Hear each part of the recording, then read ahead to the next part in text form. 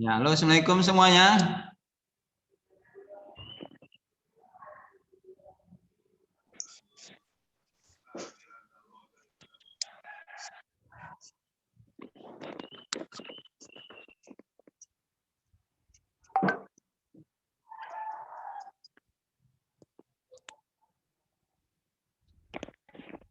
Halo, assalamualaikum.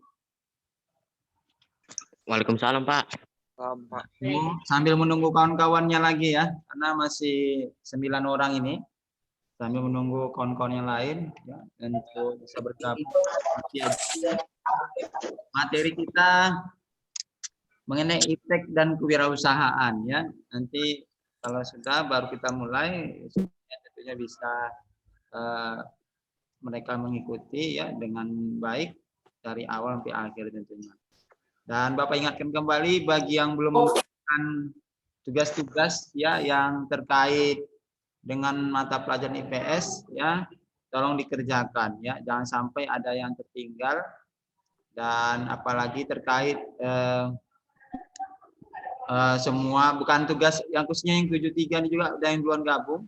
Jangan lupa bukannya hanya sekedar mata pelajaran IPS saja, tapi tentunya mata pelajaran lain juga harus dikerjakan. Karena tentunya adalah supaya nanti nilai ada ya, sudah ada berarti memenuhi persyaratan untuk hanya dia baiklah ya dari sisi mengerjakan tugasnya ya. Ya ini sudah bergabung Mirza Bi ya, Wirya, Pauji, Zaki Srega, Rapid Danis, Almira, Filza Mira, Muhammad Izzat, Fahri Hasan, Fahri Sauki, Rasyad, Stefano, Alfali, Tiara, Muti Sahdila, Kalisa Sabita, Ahmad Wikatan, Faujan Majid, Rinda Hendira, Citra Andika, Hana, Raja Ewaldo, Yusuf Samudra, Claudia. Ya, jadi itu ya yang sudah bergabung. Dan ini tentunya akan terus bertambah ya terkait dengan pertanyaan. Ya, sebelum kita mulai, kira-kira ada yang mau ditanyakan mengenai yang sudah lewat terkait materi-materi kita atau tugasnya. Nah, Kalisa, gimana Kalisa? Ada yang ditanyakan Kalisa?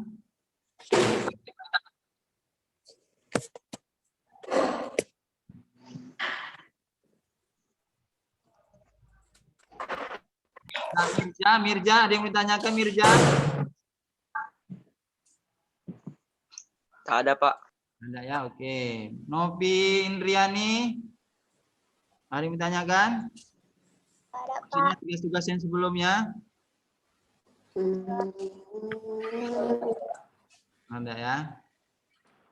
Ini Wulan Rizka, ya gimana? Ada yang ditanyakan? Enggak. Ahmad Wikatan, ada yang mau ditanyakan? Tidak, Pak. Ada ya, oke lah ya. Baiklah. Untuk mempersingkat waktu langsung saja biar Bapak tampilkan materi kita ya. Harapkan bisa.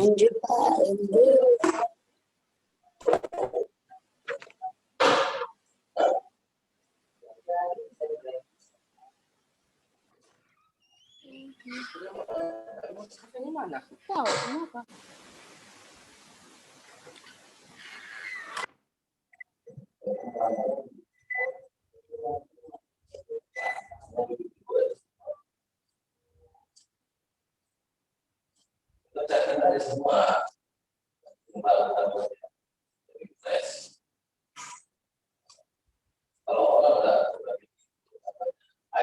Ini materinya nampak nggak apa Mirza? Nampak, Pak. Nampak, Pak. Nampak semua, Pak. Nampak ya, oke, mantap. Nampak semua, Pak. Nampak semua ya. Ya, Pak. Iya, ini Faujan Majid itu nampak semua itu Majid ini. Oke lah, baiklah kita mulai ya. Assalamualaikum warahmatullahi wabarakatuh. Waalaikumsalam warahmatullahi wabarakatuh. Ya. Terima kasih kepada anak-anak Bapak sekalian ya yang telah bergabung pada via Zoom ini pembelajaran kita. Bapak harapkan tentunya kalian terus eksis mengikuti via Zoom ini, jangan bosan karena ini adalah salah satu sarana pertemuan kita. Ya, kalau semester lalu kita kita ketahui bahwasanya kita hanya pakai Google Classroom, tidak nampak muka kita siapa, kan? Berkomunikasi tidak. Jadi ini bisa kalian walaupun secara virtual tapi sudah bisa kita lihat komunikasi di antara kita, antara sama murid. Sehingga dengan adanya Zoom ini harapkan kalian lebih mengenal dan lebih mengetahui tugas-tugas kalian ya terkait materi-materi yang juga sudah disampaikan. Ya, Izat, bagus apanya? Tampilannya. Jangan pula apa gitu ya.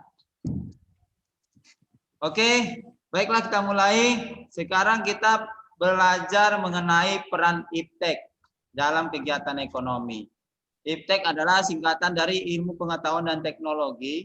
IPTEK adalah segala sesuatu yang kaitannya berbagai penemuan terbaru ditindaklanjuti kemudian dikembangkan kemaslahatan manusia.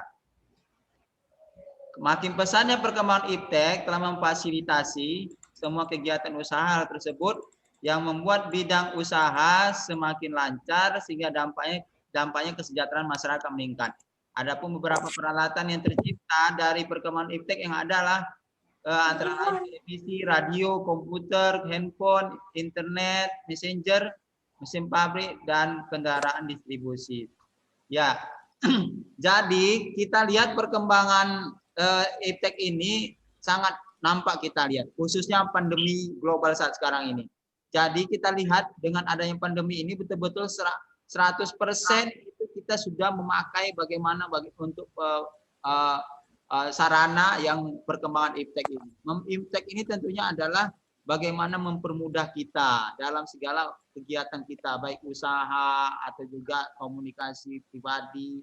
Artinya semua ini adalah buatan-buatan supaya kita itu lebih kepada mempermudah kita dalam kegiatan-kegiatan kita. Ini tentunya dari sisi pandangan kita selaku kita tentunya kita konsumen ya untuk memakainya bagaimana tentunya dengan baik kita manfaatkannya. Contohnya di sini kita lihat sarana tadi televisi, radio, komputer ini sarana-sarana yang tentunya kita lihat yang sudah kita pakai ya. Dan tentunya banyak lagi ya kayak khususnya kita sekarang handphone ya, smartphone ya. Dan kalau dulu masih ada telepon, ini belum sudah sekarang handphone. Dampak positif perkembangan IPTEK ialah menambah wawasan pengetahuan, dapat mempermudah informasi, memperluas informasi dan terpenuhnya kebutuhan manusia. Artinya bisa mengurangi permasalahan ekonomi yang dihadapi serta dapat membuat segala sesuatu lebih cepat dan mudah. Jadi kita kalau dampak positif IPTEK ini adalah bagaimana kita untuk bisa betul-betul kita memanfaatkan dengan sebaik-baiknya. Jadi kalau kita lihat di dampak positif ini tentunya kalau kalian mengerjakan tugas PR juga pelajaran yang ada di sekolah itu juga bisa menjadi sarana kalian untuk bisa mencari jawabannya. Ya, sekarang bahkan orang ilmu tadi itu guru-guru bahkan dosen-dosen itu juga banyak mendapat ilmu juga tambahan itu melalui juga via yang perkembangan dari IPTEK ini tersebut. Sehingga kalau kita serius kita dalam untuk bisa mengikuti perkembangan IPTEK ini kita manfaatkan tentunya sangat baik. Makanya tergantung dari pemikiran kita. Kalau kita pemikiran kita bagus, pemikiran kita baik, ya tentunya tampilan baik, ya kan? Ya contoh misalnya kalau kita Muhammad Faujan Majid contohnya mau belajar giat bagaimana ya pasti ada cara-caranya juga ya tampil dia semuanya kita searching di Google. Tapi kalau kita juga pikiran kita negatif juga tampil dia. Misalnya kita tampil negatif tuh contohnya kita buat cara mencuri ya supaya tidak ketahuan ada juga dia tampilannya tersebut. Jadi ini adalah tergantung pemikiran kita, mau kemana kita arahkan. Makanya bagaimana kita betul-betul memanfaatkan teknologi ini adalah untuk menambah pengetahuan kita, menambah kebaikan kita, meningkatkan prestasi belajar kita, ya. Jangan taunya perkembangan iptek ini dipakai hanya untuk game. Enggak, ya. Jangan. Jadi tentu ini manfaatkanlah dengan hal yang baik. Bagaimana cara sholat yang khusyuk, berbakti sama orang tua, itu di-searching gitu. Ya, supaya tentunya kalian itu supaya lebih baik lagi dalam untuk bisa memanfaatkan perkembangan iptek ini. Sehingga kalian tentunya akan dengan penambahan tadi wawasan tadi itu kita juga bisa kita manfaatkan. Dari segi belajar, kalian juga bisa dengarkan YouTube misalnya Ustadz Abdul Somad, Ustadz Adi Hidayat, bahkan Ustadz lainnya yang tentunya itu adalah menambah ya kualitas dari ibadah kita. Kalau mau pembelajaran juga bisa lihat mengenai materi-materi pembelajaran. Artinya inilah sarana kita bagaimana betul-betul kita manfaatkan ya dengan baik untuk bisa kita betul-betul kita kembangkan ya untuk kita mampu menciptakan prestasi belajar yang baik, berbakti sama orang tua kita ya. Dampak negatif dari perkembangan iptek dapat membuat orang malas. Contoh, setiap siswa hanya memegang handphone dan merupakan kewajiban siswa untuk belajar. Ini tadi kalau kita fokusnya hanya iptek tadi, HP tadi, di smartphone tadi hanya untuk main-main game ya, atau juga yang mungkin kesoran main yang mungkin tidak bermanfaat ya, atau juga chattingan sama teman sampai berjam-jam ya. Artinya inilah makanya kita harapkan kita punya batasan waktu dalam kita memakai HP smartphone tadi. Akibat perkembangan iptek ini sebenarnya bagaimana kita manfaatkan dengan sebaik-baiknya supaya betul-betul kita menghasilkan efek ya dari manfaat tadi. Sehingga ini kalau kita sudah main game aja ya kita pasti akan lupa ya dengan pelajaran kita. Apalagi takutnya kita sholatnya juga tinggal ya. Jangan sekarang kita usahakan maksimalkan untuk usaha dalam kita melaksanakan sholat 5 waktu kita. Yang kedua, mempengaruhi pola pikir negatif jika informasi diperoleh melalui internet berisi tentang yang negatif. Ini tadi Bapak sampaikan. Kalau kalian mikirnya negatif, mencari yang hal yang negatif di komputer, di internet, di Google tadi, ke searching, juga tampil dia yang negatif. Jadi inilah tadi Bapak sampaikan. Makanya kalian tuh pikirnya positif. Apa yang mau kalian betul-betul kalian manfaatkan, apa yang menjadi hal yang bermanfaat bagi kalian. Sehingga kalian betul-betul menciptakan diri kalian itu semakin lebih maju, lebih positif ya, tentunya akan juga kalian menjadi seorang anak yang soleh dan soleha. Karena ini adalah cita-cita atau kebanggaan orang tua semuanya. Kalau kalian itu mampu menjadi seorang yang berbakti sama orang tua tentunya. Jadi paling tidak pola pikir ini yang harus kita rubah sehingga kita betul-betul bisa memanfaatkan dengan sebaik-baiknya. Yang ketiga, dapat menimbulkan kerusakan, misalnya kerusakan lingkungan, alam sebagai akibat makin banyaknya limbah industri yang dibuang perusahaan industri. Bahkan mungkin bisa suatu lahan dijadikan tempat berdirinya mall. Ya, ini satu sisi perkembangan iptek juga diakibatkan bisa kerusakan lingkungan alam, ya limbah industri tadi. Kenapa? Karena banyak berdirinya pabrik ini pasti ditandai dengan perkembangan iptek. Berdirinya pabrik-pabrik yang tadi tentunya tadi itu tidak diikuti dengan syarat-syarat yang harus dilengkapi. Contohnya AMDAL, analisis dampak lingkungan. Sehingga kalau kita lihat ini perusahaan masih ada atau banyak yang belum juga menerapkan ada bagaimana penanggulangan ketika misalnya limbah industri ini bisa keluar. Tempat pembuangannya tidak pas, tidak sesuai. Jadi inilah makanya AMDAL ini sangat bagus bagaimana di dalam suatu studi kelaikan bisnis, ini termasuk salah satu yang wajib harus ada AMDAL ini, analisis dampak lingkungan. Makanya jangan sampai terjadi kita yang ada di Jawa Timur. Jawa Timur itu terjadi lumpur Sidoarjo ya. Di mana lumpur Sidoarjo itu bahwasanya terjadi di sana itu lumpur panas ya. Lumpur panas yang menenggelamkan satu kampung. Bayangkanlah kalau misalnya di kampung kita nih, misalnya di kecamatan di Medan Barat, ya kena lumpur panas satu kecamatan ini, ya tenggelam akibat lumpur panas. Jadi sampai sekarang itu belum selesai. Ini kenapa terjadi seperti ini? Ini karena tadi ulah-ulah ya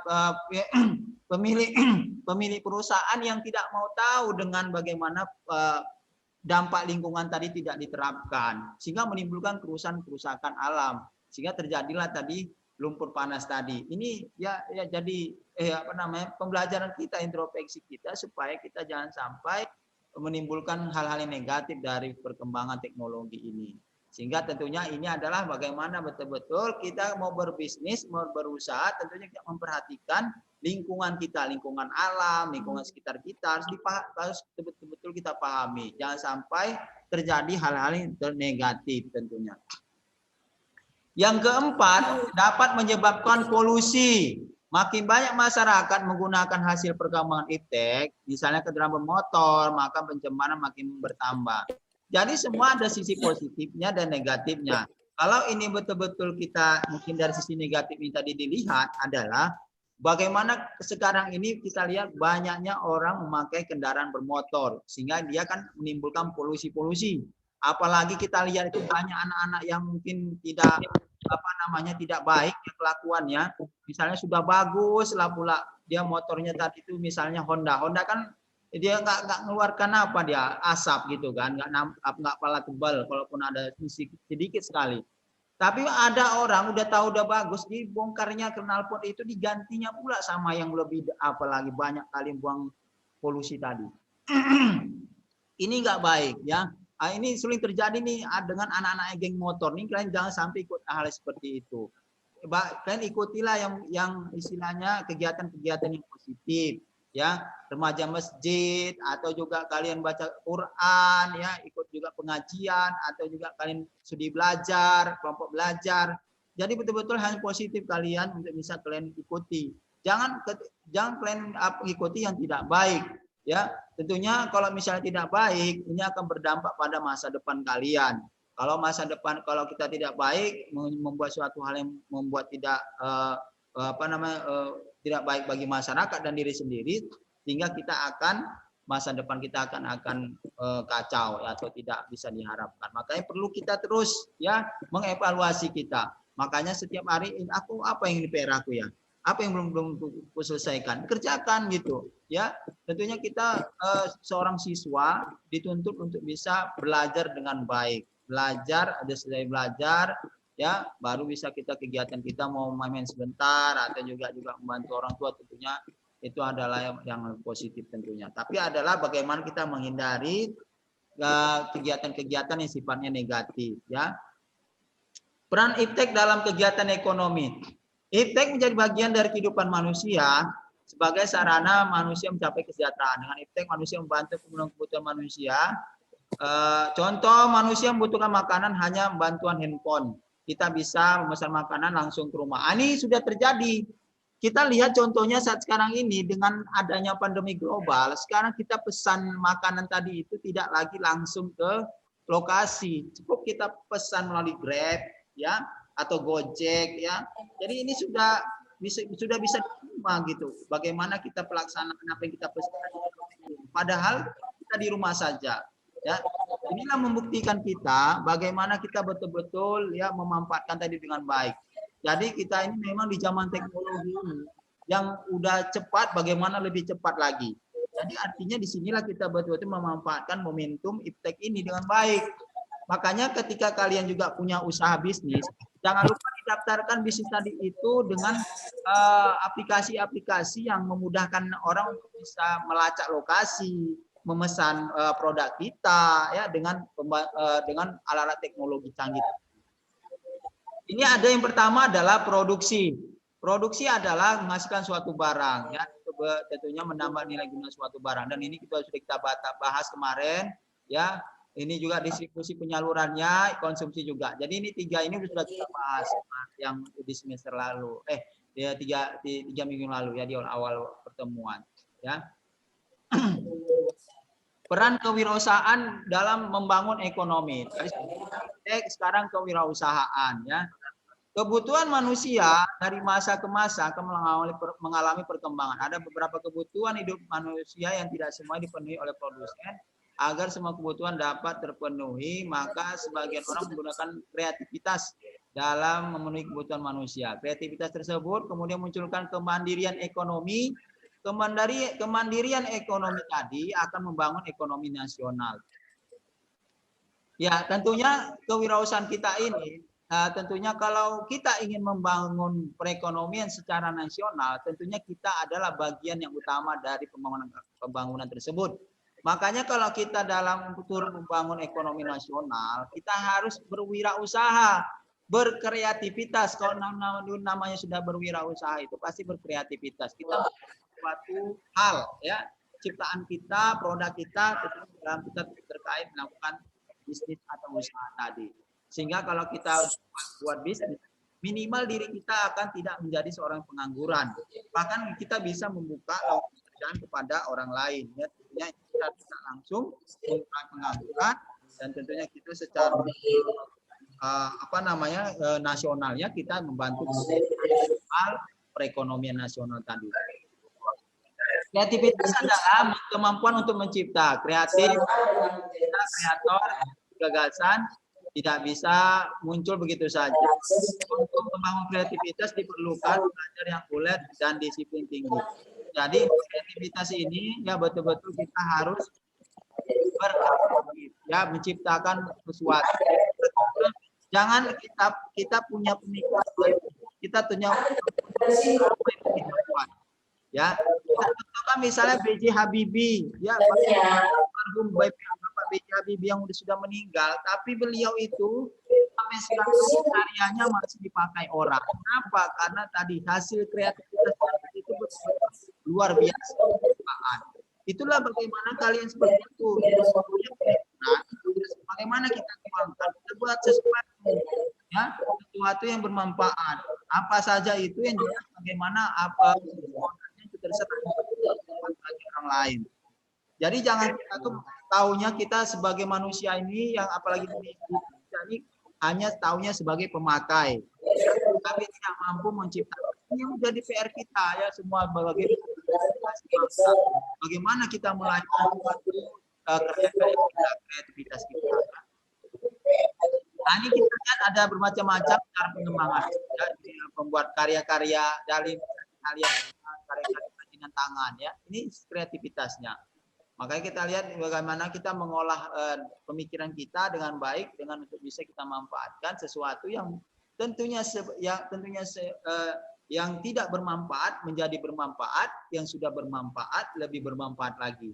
Jadi misalnya kayak kita lihat itu barang aqua, tentunya yang tidak dipakai lagi, bisa kita buat kerajinan tangan, misalnya buat bunga itu bisa, ya. Jadi artinya seperti itulah contoh kreativitas kita. Sesuatu yang tidak bermanfaat bisa kita lebih bermanfaat lagi, bermanfaat. Sangat baik tentunya kita punya kita manfaatkan bagi kita yang untuk berkreatif. Pendorong dan penghambat kreativitas. Ini ada faktor pendorongnya adalah keyakinan diri dalam diri sendiri. Tadi kalau kita mau beraktivitas, kita harus punya keyakinan. Aku nih sukses. Aku yakin bisa gitu. Walaupun nanti pada akhirnya bisa. Tapi untuk di awal, niat tadi itulah berlandaskan keyakinan kita supaya kita bisa. Ya, sama seperti kalian. Ya, bagaimana kalian bisa nggak satu? Bisa nggak saya ranking satu? Kita yakin bisa dengan usaha-usaha maksimal. Ya. Tidak mudah putus asa, menjadi yang terdepan dalam tugas, juga aktif bertanya, juga semualah, ya, terkait apa yang disampaikan guru, tugas-tugas dan lain sebagainya, itu yang hal yang tentunya adalah untuk bisa memacu kalian lebih baik lagi. Yang kedua, keberanian mengambil resiko. Resiko itu ada memang di dalam kita mengambil suatu tindakan, itu pasti ada resikonya. Makanya kita ya harus berani untuk bisa, kita jangan sampai takut dengan hal itu. Tapi tentunya semua resiko-resiko tadi itu sudah kita pikirkan bagaimana kita untuk bisa mengantisipasi resiko tersebut. Yang ketiga, kesempatan menyusun gagasan kreatif. Jadi kita tentunya membuat perencanaan-perencanaan, perencanaan gagasan-gagasan kita apa saja yang akan mau kita lakukan, ya kan? Jadi kalian tentunya cara-cara ya bagaimana kalian bisa mengembangkan kreativitas kalian. Ya misalnya kalian punya mau ranking apa, mau menjadi seorang yang tadi ya ranking 1, tentunya kalian punya gagasannya, oh saya tidurnya paling lama jam 8 atau habis misalnya jam berarti jam-jam setengah 9 atau jam 9 paling lama. Tidak perlu lagi. Berarti saya akan mengerjakan tugas dengan sebaik-baiknya, bukan asal-asal, ya kan? Jadi belajar itu tentunya ditingkatkan. Jadi ide tadi itu memacu kita untuk bisa kita berkreasi, berprestasi. Tentunya ini yang tentunya menjadi motivasi buat kita juga. Sarana dan lingkungan yang mendukung. Makanya kalian itu sarana sudah ada, paling tidak minimal handphone, smartphone tadi itu mungkin salah satu sarana juga untuk mendukung kita dalam hal pengembangan prestasi kita, ya, dalam hal kreativitas kita. Karena kenapa? Semua apa yang mungkin kalian mau berpikir, misalnya buat karya ini, buat karya ini, sudah ada sebenarnya kalau kalian mau tahu untuk mencari jawabannya. Ya tinggal kalian setting aja YouTube bagaimana yang membuat karya yang dari rotan tentunya.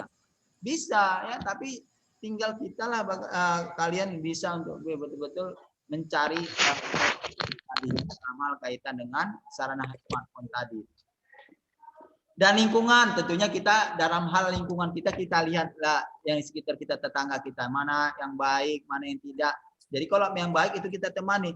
Jangan cari teman yang menurunkan kita atau juga yang membawa kita kepada hal yang negatif. Jangan. Kita cari yang betul-betul menambah kemampuan kepintaran kita, teman-teman tersebut, yang mengajak kita kepada kebaikan, yang mengajar kita kepada keburukan. Karena tentunya ini dinilai ya akan mempengaruhi kepada pribadi kita. Siapa teman kita itu akan mempengaruhi. Makanya cari, kalau kalian berteman sama orang baik, yakin pasti kalian juga baik. Kenapa? Ibarat contohnya kalian ketika kalian membeli minyak wangi, ya, ketika kalian masih belum beli, hanya dekat-dekat situ aja, pasti kebagian juga wangi. Kenapa? Karena suasana harum tadi itu mewarnai kita gitu. Akan terciumlah hal tersebut. Tapi kalau kita juga mengikuti orang yang tidak baik, ya kapan juga bisa beranggapan, bisa jadi orang itu tidak terpengaruhi juga. Artinya bagaimana kita betul-betul lingkungan ini harus betul-betul kita cari yang memberikan dampak positif pada kita. Baru sikap mau menerima kemajuan iptek. Makanya kita jangan menolak kemajuan iptek. Iptek ini pada awalnya tentunya adalah bersifat yang baik, memudahkan kita, membantu kita dalam pelajaran, dan sebagainya. Jadi ketika ini betul-betul tidak kita manfaat, sangat rugi kita, ya. Jadi ini harus betul-betul kita manfaatkan. Kemampuan mengetahui peluang ancaman dan gagalnya gagasan. Ya, tadi sudah ada mengetahui peluang dan ancaman dalam hal kita menyampaikan gagasan. Ya. Pendapatnya adalah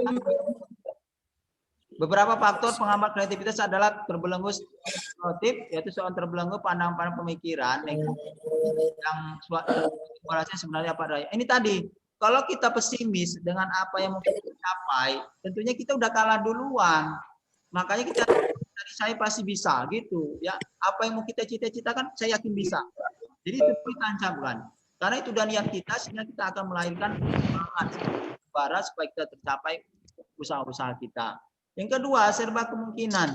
Biasa seseorang cenderung menggunakan prinsip serba kemungkinan jika tidak digunakan terus, hal itu akan menghambat seseorang dalam menghadapi masalah serius. Ya, jadi kita itu bagaimana jangan fokus kepada kata-kata kemungkinan-kemungkinan, tapi kita betul-betul cari hal yang pasti, karena itu tentunya adalah untuk bisa memotivasi diri kita, ya. Yang ketiga, memiliki prinsip penting selamat. Ini penghambat juga ini, ya. Jadi dia tidak memikirkan orang lain, memikirkan diri sendiri, yang penting saya selamat. Tidak bisa, ya kita juga bagaimana memikirkan orang lain. Kalau kita hanya memikirkan selamat kita aja, ini terjadi tadi sama lumpur lapindo. Dia taunya mau untung aja. Untung dia dapat, tapi terakhirnya dia banyak membunuh orang. Satu kampung tenggelam dibuat dia. Ya untung masih selamat. Yang terakhir cuma rumah-rumah aja yang tenggelam. Ya ini kan merugikan orang lain. Tapi dia taunya pemilik bisnis tadi, usaha tadi, taunya dia untung saja, oh saya untung, tidak mikirkan orang lain. Ini tadi, jangan sampai kita selamat, tapi kita memikirkan juga dampak kepada orang lain juga, ya. Kewirausahaan adalah semangat sikap seseorang dalam menangani usaha, mengarah kepada upaya mencari, menciptakan, menerapkan cara kerja teknologi dalam rangka memberikan pelayanan. Ya, jadi kita bagaimana kewirausahaan ini semangat dan sikap kita dalam menangani dan mencari, menerapkan cara teknologi kita dalam untuk memacu keuntungan yang lebih besar tentunya. Jadi kalau kita berwirausaha itu pasti seorang yang kreatif. Kenapa? Dia mikirkan mana usaha saya ini sukses ya. Pikir dia, ya dengan cara-cara dia berpikir, dia beralih kepada bagaimana pengembangan teknologi, bagaimana juga mengefisiensikan pengeluaran, ya. Jadi artinya semua pikiran tadi kan tertuangkan dalam dia berwirausaha. Makanya dari sekarang kalian juga bisa berwirausaha. Apa saja itu, misalnya kayak kalian itu ya apa yang terkait misalnya pulsa, ya kan tinggal HP saja, ya kan kirim ini ya, tapi itu nggak jadi kewajiban kalian lah, karena kalian masih mungkin tahap sekolah. Paling tidak ketika nanti tamat itu harus menjadi salah satu tolak ukur kalian bagaimana kalian bisa sudah lebih kepada pemahaman yang lebih dewasa lagi, ya. Nah, karakteristik kewirausahaan, determinasi, ya, penentuan kebulatan tekad. Seorang wirausaha melakukan perhatian, rasa tanggung jawab dan tidak mudah menyerah, ya. Jadi kita punya tekad, ya, untuk kita menjadi seorang yang sukses tentunya, ya. Yang kedua, dedikasi, pengabdian. Jadi kita juga punya pengabdian bagaimana usaha bisnis kita tadi itu tentunya adalah bagaimana bermanfaat bagi diri kita, keluarga, dan orang lain. Jadi punya pengabdian kita kepada orang lain harus ada. Baru devotion, mencintai pekerjaan. Jadi kita pula punya loyalitas dalam bekerja. Jangan kita beralih, kita harus fokus dulu gitu, ya, ketika mengerjakan sesuatu. Dream, punya visi ke depan. Jadi punya gambar kita ke depan, kita menjadi seorang yang sukses, ya. Baru keputusan secara cepat. Jadi kita perlu cepat dan tepat dalam mengambil keputusan. Kekayaan, ini perlu namanya kita modal, ya. Modal kita tadi juga harus betul-betul kita punya dari sekarang, ya, tentunya dengan kita motivasi yang tinggi dalam untuk bisa berhasil.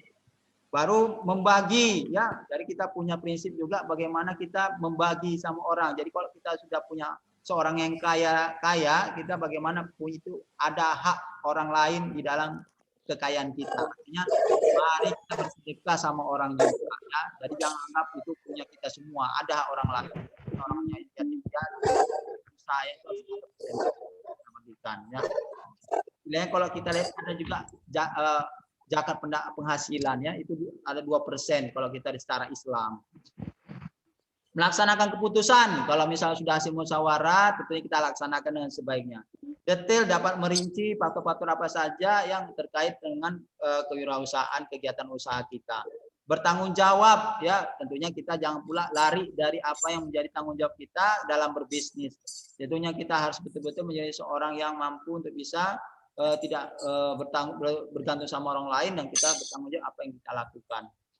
Ya, baru syarat menjadi seorang wirausaha ada 8K, yaitu ketakwaan. Tentunya kita bertakwa sama Allah, menjalankan perintah Allah dan menjauhi segala larangannya. Kemauan, keuletan, kemampuan kalian, kesempatan yang digunakan, keteraturan, keberanian, kesadaran sosial, dan keuangan. Ini terangkum juga pada yang tadi. Usaha harus ada ini. Adapun 7P, pendidikan, pengajaran, penerangan, pengelolaan, pendekatan strategis, penghayatan, dan perbankan. Ya, ini ada juga syaratnya tadi. Peranan wirausaha, ya, itu sebagai salah satu jalan keluar memecahkan masalah. Tentunya juga mengurangi pengangguran. Ini peranan wirausaha tadi yang sudah Bapak jelaskan. Turut mendukung perekonomian. Tadi sudah Bapak jelaskan juga. Meningkatkan pendapatan masyarakat. Kalau kita sudah berwirausaha, pasti kita akan menambah pendapatan. Dan meningkatkan faktor produksi. Sektor wirausaha ini ada formal dan sektor informal. Jadi kalau formal itu kita lihat kegiatan usaha dikelola yang bersifat pada yang sifatnya resmi, ya. Ini kalau namanya resmi ini terdaftar di kementerian, ya, Kementerian Perindustrian contohnya, ya. Ini industri kerajinan, pariwisata, perdagangan internasional yang besar, menengah dan kecil, jasa transportasi, bisa hotel, asuransi, pariwisata, pengusaha biro koperasi, ya, jasa transportasinya, agraris, perkebunan, kehutanan, kalau lapangan pertama energi, minyak bumi dan gas alam, dan usaha-usaha lainnya ya dalam bentuk hukum. Kalau informal kita lihat ini ada perdagangan ya, ini banyak juga ya. Mungkin ini yang bisa Bapak sampaikan. Kalau mau ditanyakan silakan. Ada Pak. Ada. Oke, ada yang ditanyakan? Ya, kalau nggak ada, ya tugasnya ya sudah Bapak share juga di Google Classroom. Kira-kira ada yang mau ditanyakan? Ya, Pak, lanjut kerjakan Pak. Itu dibuat ditulis di buku dan langsung dijawab, nanti difotokan seperti biasa ya. Tidak. Oke, ada yang mau ditanyakan lagi, Wirya dan lain sebagainya? Yang lain? Enggak, Pak. Enggak. Oke, baiklah karena waktu tinggal 1 menit lagi. Baiklah karena sudah 1 menit lagi, baiklah kita tutup pertemuan kita, pembelajaran kita mengenai iptek dan kewirausahaan. Ya, selamat pagi siangnya, pagi-pagi menjelang siang semua anak-anak sekalian. Assalamualaikum warahmatullahi wabarakatuh. Waalaikumsalam warahmatullahi wabarakatuh.